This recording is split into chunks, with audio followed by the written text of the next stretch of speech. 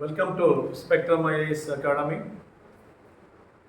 భారత రాజకీయ వ్యవస్థ, ఇండియన్ పొలిటికల్ సిస్టాన్ని మనం మరియు ఇండియన్ కాన్స్టిట్యూషన్ని వివరణాత్మకంగా వీడియో క్లాసుల్లో అందించడానికి ప్రయత్నం చేస్తూ ఉన్నాం.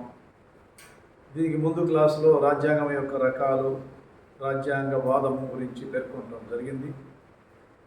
ఈ క్లాసులో కాన్స్టిట్యూషనల్ హిస్టరీ అంటే మనకి భారత రాజ్యాంగ చరిత్ర అధ్యయనం చేయవలసినటువంటి ఆవశ్యకత ఉంది. ఎంచేతంటే మనం ఏదన్నా సబ్జెక్టుని సిలబస్ ప్రకారం చదువుతున్నప్పుడు దాని యొక్క పునాదులు, మూలాలు అనేవి తప్పనిసరిగా కూడా విద్యార్థులు నేర్చుకోవాలి. భారత రాజ్యాంగంలో ఉన్నటువంటి సంస్థలు, వ్యవస్థలు, తర్వాత వాటి యొక్క అధికారాలు, విధులు దేని ప్రకారం నిర్మాణం జరిగినాయి అంటే మనల్ని రమారమి 350 సంవత్సరాల పాటు పరిపాలించిన బ్రిటిష్ రాచరిక వ్యవస్థ నుంచి మనకి రావటం జరిగింది. అంటే బ్రిటిష్ వాళ్ళు అమలు చేసినటువంటి చట్టాల నుంచి మన చట్టాలను ఫ్రేమ్ చేసుకున్నాం.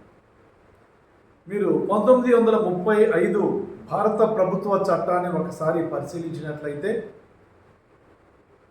దాదాపుగా ఇవాళ ఉన్నటువంటి మన భారత 1950 జనవరి 26 భారత రాజ్యాంగంలో 70% అంశాలన్నీ కూడా ఆ 1935 భారత ప్రభుత్వ చట్టం నుంచి తీసుకోవటం జరిగింది. ఈ 1935 భారత చట్టాన్ని ఎవరు ప్రిపేర్ చేశారు? మనం ప్రిపేర్ చేసుకుంది కాదు. మనకి 1947లో స్వతంత్రం వచ్చింది. క్యాబినెట్ మిషన్ ప్లాన్ యొక్క అనుమతుల ప్రకారం 46 నుంచి మనం రాజ్యాంగ ప్రవేశానికి కార్యక్రమాలను ప్రారంభించాం. అది 1949కి పూర్తయి 50 నుంచి అమల్లో రావటం జరిగింది. మరి దానిలో ఉన్నటువంటి వ్యవస్థలు, సంస్థలు, చట్టాలు అన్నీ కూడా బ్రిటిష్ వారి యొక్క చట్టాన్ని పోలినటువంటిది. కాబట్టి విద్యార్థులు ఇక్కడ తప్పనిసరిగా కూడా before going to Indian constitution or Indian political system, you should know about what was our constitutional history. Our constitutional history was depends upon British constitutional history. British constitutional history. భారత రాజ్యాంగ చరిత్ర అనేది బ్రిటిష్ వారి యొక్క administration మీద ఆధారపడి ఉంది. మరి బ్రిటిష్ వాళ్ళు ఎలా పరిపాలించారు అని చూసినట్లయితే బీసీ రావత్ అనేటువంటి హిస్టోరియన్ మొత్తం భారత రాజ్యాంగ చరిత్రని ఆయన 6 స్టేజెస్తో వర్గీకరించారు. మీరు ఒకసారి బోర్డు మీద చూసినట్లయితే ఫస్ట్ స్టేజ్ 1600 నుంచి 1773, సెకండ్ స్టేజ్ 1773 నుంచి 1858, అలాగే third 1858 to 1909, fourth 1909 to 1935, fifth 1935 to 1947, sixth 1947 to 1950. 1950 January 26th origin of and commencement of our constitution. ఈ మధ్య కాలంలో అనేక చట్టాలు ఉన్నాయి. ఈ చట్టాలను మొత్తం స్టూడెంట్స్ క్షుణ్ణంగా అధ్యయనం చేయాలి. మరి మొట్టమొదటి చట్టం ఏంటి చూసినట్లయితే 1773 రెగ్యులేటింగ్ చట్టం. 1773 రెగ్యులేటింగ్ చట్టం చూసాం మనం ఇక్కడ.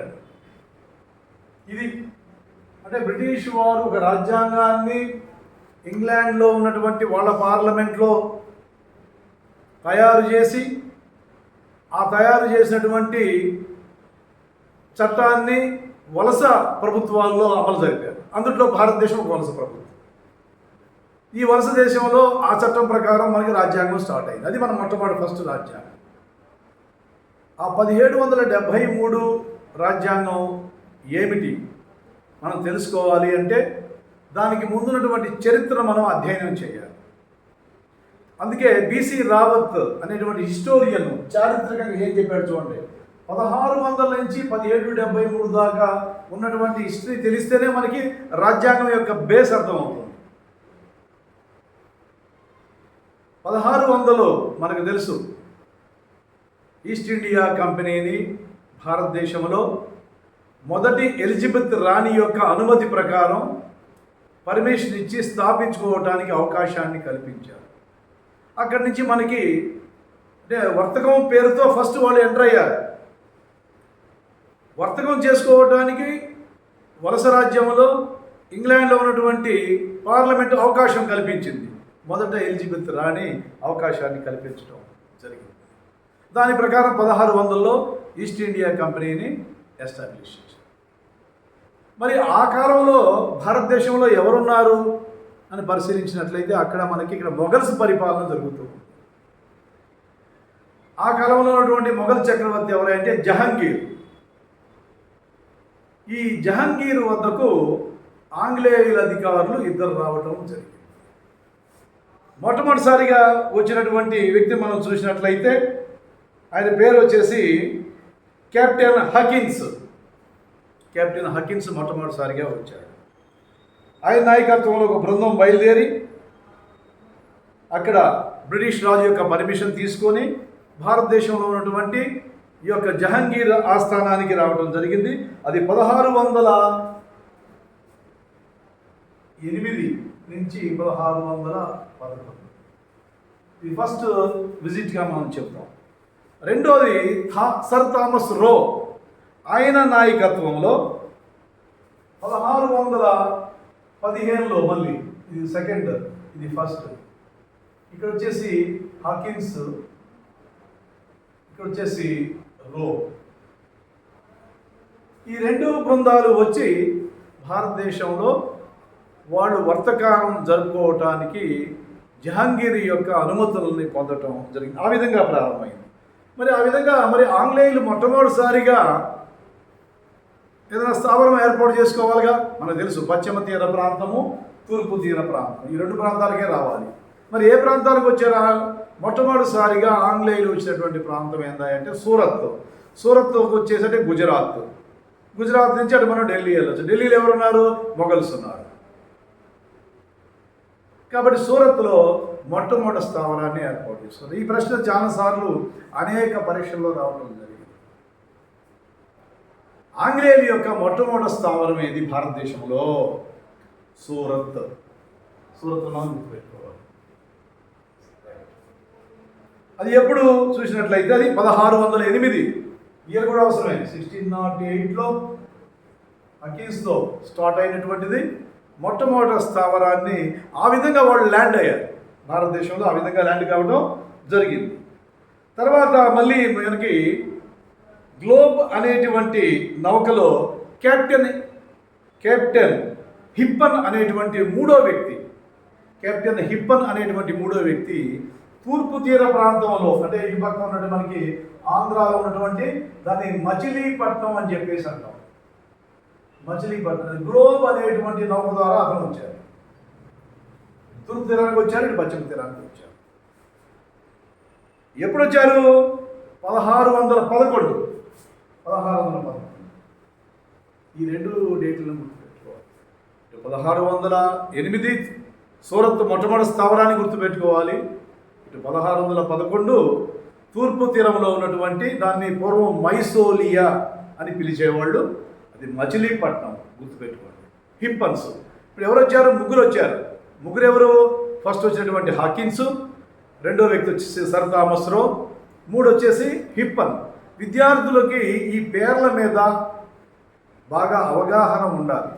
ఒక క్రనాలజీ ప్రకారం మనం మైండ్లో పెట్టుకుంటేనే మనకి ఒక కథ రూపంలో సబ్జెక్టు బాగా మనము ప్రజెంట్ చేయగలుగుతాం.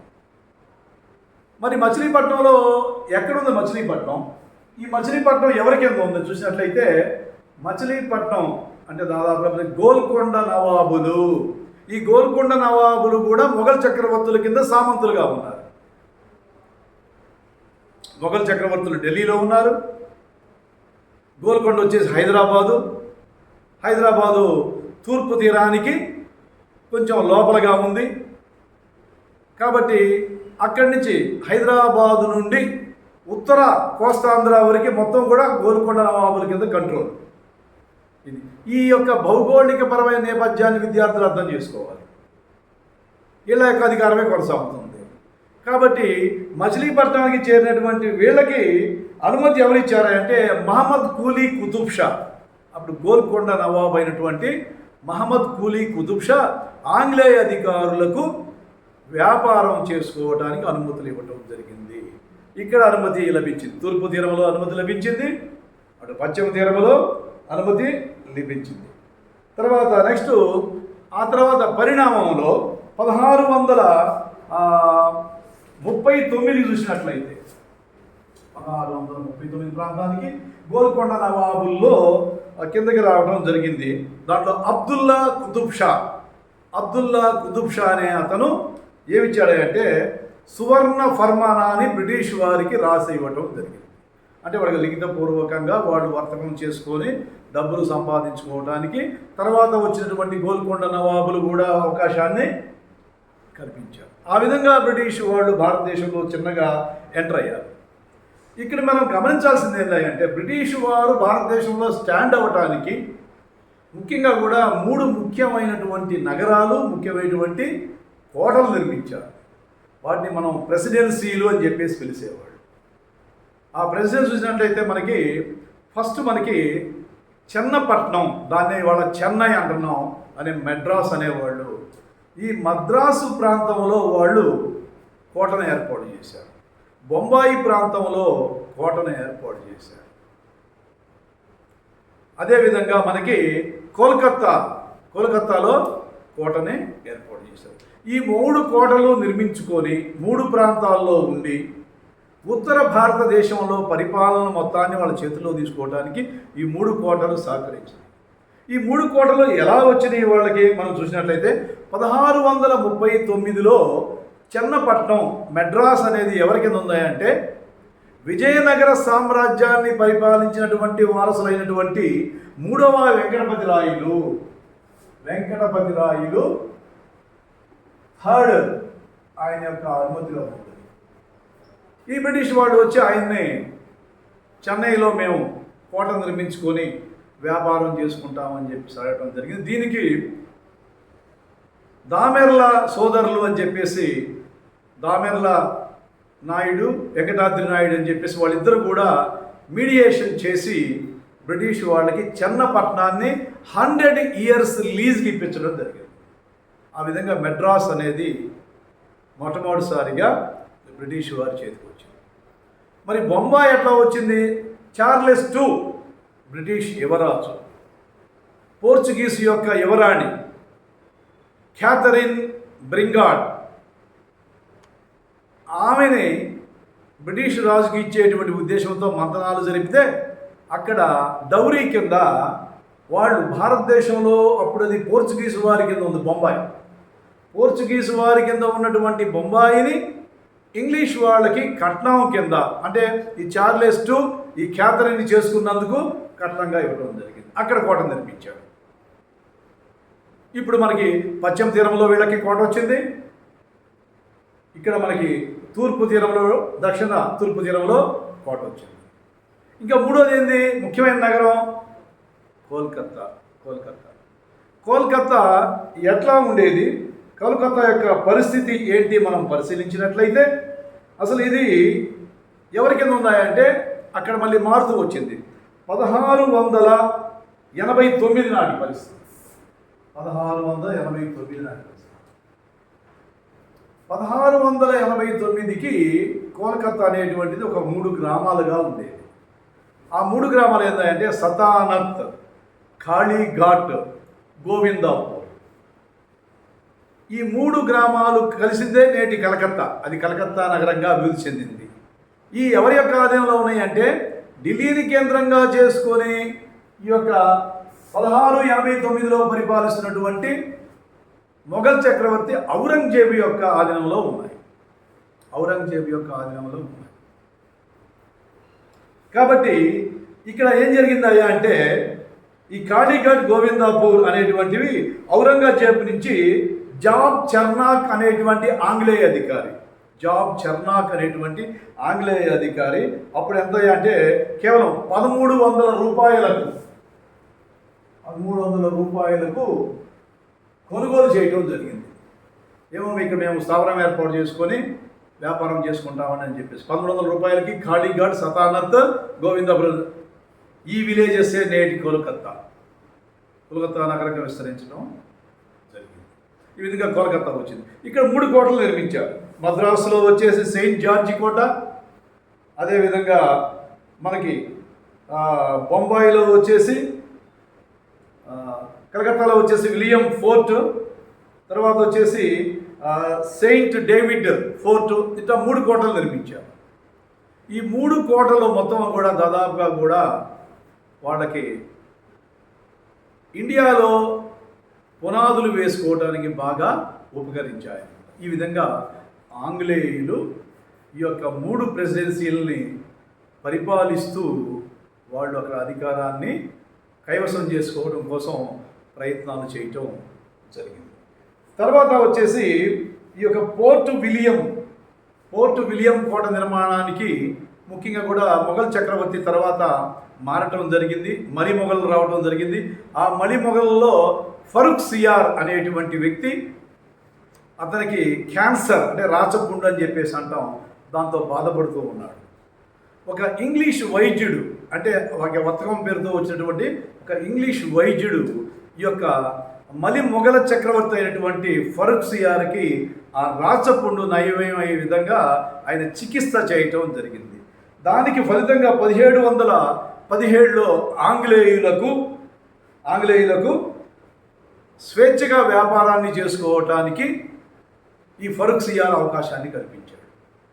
స్వేచ్ఛా వ్యాపారం చేసుకోవడానికి ఫరూక్ సియార్ అవకాశం. ఈ విధంగా ఆంగ్లేయులు కోల్కత్తా, మద్రాసు, బొంబాయిల్లో వాళ్ళ స్థావరాలని 1600 నుంచి ఏర్పాటు చేసుకొని ఫౌండేషన్ ఏర్పాటు చేసుకోవడం జరిగింది. ఆ తర్వాత మనకి వచ్చినటువంటి పరిణామం 1773 రెగ్యులేటింగ్ చట్టానికి దారితీస్తుంది. దానికి మనం చెప్పుకోవాలంటే ముఖ్యంగా బ్రీఫ్గా చెప్పాలంటే ఏంటంటే మనకి 1757లో వచ్చినటువంటి ప్లాసీ యుద్ధం, 1764లో వచ్చినటువంటి బక్సార్ యుద్ధం బ్రిటిషు సామ్రాజ్యానికి పతాకాన్ని ఎగరవేయటానికి అవకాశం కల్పించింది. అప్పుడు ఎవరయ్యా అంటే రాబర్ట్ క్లైవ్ అనే అతన్ని బెంగాల్ గవర్నర్గా నియమించారు. ఆయన నేతృత్వంలో యొక్క ప్లాసీ యుద్ధం చేయటం జరిగింది. 1757లో విజయాన్ని సాధించారు. ఆ తర్వాత 64లో షా ఆలం, గాజబ్దౌలా మరియు ఇంకా ఇతరులు ఉన్నారు, వాళ్ళని ఓడించేసి 1664లో అక్కడ కూడా విజయాన్ని సాధించటం జరిగింది. వెంటనే రాబర్ట్ క్లైవ్ గొప్ప వీరుడిగా భారతదేశంలో బ్రిటిష్ వాళ్ళు గుర్తించారు. అయితే 1758 అంటే ఒక 2 సంవత్సరాలు మాత్రమే అక్కడ ఆయన ఉండటం జరిగింది. తిరిగి స్వదేశానికి రాబర్ట్ క్లైవ్ వెళ్ళాడు. ఆ తర్వాత వార్డన్ సన్ అనేటువంటి ఆయన్ని బెంగాల్ గవర్నర్గా నియమించారు. తర్వాత ఏంటంటే ఈ రాబర్ట్ క్లైవ్ మరియు ఈస్ట్ ఇండియా కంపెనీ అనేక రకమైనటువంటి అవినీతి కార్యకలాపాలకు పాల్పడ్డారని చెప్పేసి తెలిసింది. దాన్ని బేస్ చేసుకొని ఒక కమిటీ వేశారండి, ఒక రహస్య కమిటీ వేశారు. ఆ కమిటీ పేరు ఏంటంటే లార్డ్ బుర్గాయిన్ కమిటీ. ఈ లార్డ్ బుర్గాయిన్ కమిటీ పరిశీలన చేసి పరిశోధించి ఇక్కడ జరిగినటువంటి అవకతవకల మేరకు రాబర్ట్ క్లైవ్ను తీసేసి అక్కడ వారన్ హేస్టింగ్స్ని మొట్టమొదటిసారిగా బెంగాల్ గవర్నర్గా నియామకం చేయటం జరిగింది. ఆయన 1772లో ఆయన నియమించారు. అప్పుడే ఆయన కలెక్టర్ వ్యవస్థను తీసుకొచ్చాడు. కలెక్టర్ వ్యవస్థను తీసుకురావడమే కాదండి, 1773 రెగ్యులేటింగ్ చట్టాన్ని, బ్రిటిష్ వాళ్ళు రూపొందించిన రెగ్యులేటింగ్ చట్టాన్ని అమలు చేయటం జరిగింది. ఈ విధంగా మనకి కాన్స్టిట్యూషనల్ హిస్టరీలో 1600 ఈస్ట్ ఇండియా కంపెనీ నుంచి 1773 వరకు మొట్టమొదట బ్రిటిష్ చట్టం అనేది భారతదేశంలో ప్రారంభమైంది. అంటే స్టూడెంట్స్కి ఎప్పుడైతే మనం పునాదులు చదువుతామో అప్పుడే బేస్ ఏర్పడుతుందండి. చదవటం అంటే పుస్తకం తీసేసి మనం పైన చదివితే ప్రయోజనం లేదు, దానికి మూలాలు చదవాలి. దాని యొక్క పునాదులు చదవాలి, విశ్లేషణ చేసుకోవాలి, నోట్స్ రాసుకోవాలి. అప్పుడే మంచి మార్కులు ఏ బిట్ వచ్చినా చేయగలుగుతాం, విశ్లేషణాత్మకంగా రాయగలుగుతాం. ఇటువంటి ప్రక్రియలను అవలంబించుకోగలరని చెప్పేసి నేను ఆశిస్తున్నాను. రేపు క్లాసులో అంటే నెక్స్ట్ వీడియోలో ఈ 1773 చట్టం ఏంటి, అట్లానే 1784 చట్టం ఏంటి, ఒక్కొక్క చట్టాన్ని క్లియర్గా వివరించడానికి ప్రయత్నం చేస్తాను. So thank you very much.